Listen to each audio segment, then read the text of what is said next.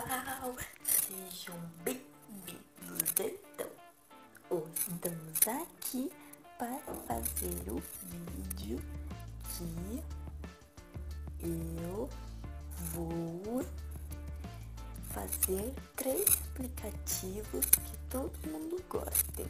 Então, eu tenho Snapchat. Quem não tem Snapchat pode pesquisar lá no Play Store ou lá no sacolinho onde está escrito continue, que tá lá na sacolinha. Clique lá embaixo, escreva assim Snapchat, porque é muito legal, porque você pode fazer qualquer carinha, que tem alguns carinhas que estão mandando abrir a boca assim, para fazer alguma coisa, sobrancelha, e tem algumas sobrancelhas assim, e pisca o olho e algumas outras coisas. Então, número 2, que é mais divertido ainda, o Facebook.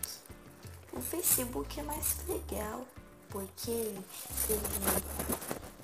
ele pode conversar com todo mundo. O Facebook tem Messenger dentro do Facebook. E também tem Messenger. E o Facebook é bem melhor. Dá pra curtir as coisas, os vídeos.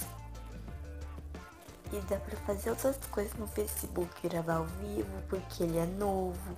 E dá pra colocar o que está sentindo e outras coisas do Facebook. E por último, 3, é o que é o YouTube, que tá aqui. É que se inscreva no nosso canal e deixe os comentários, deixe curtir e que todo mundo goste. Crie seus playlists. YouTube é bem legal do que Facebook e Snapchat. Então, eu adorei esses aplicativos. Eu gosto de todos. O melhor que eu gosto é de YouTube.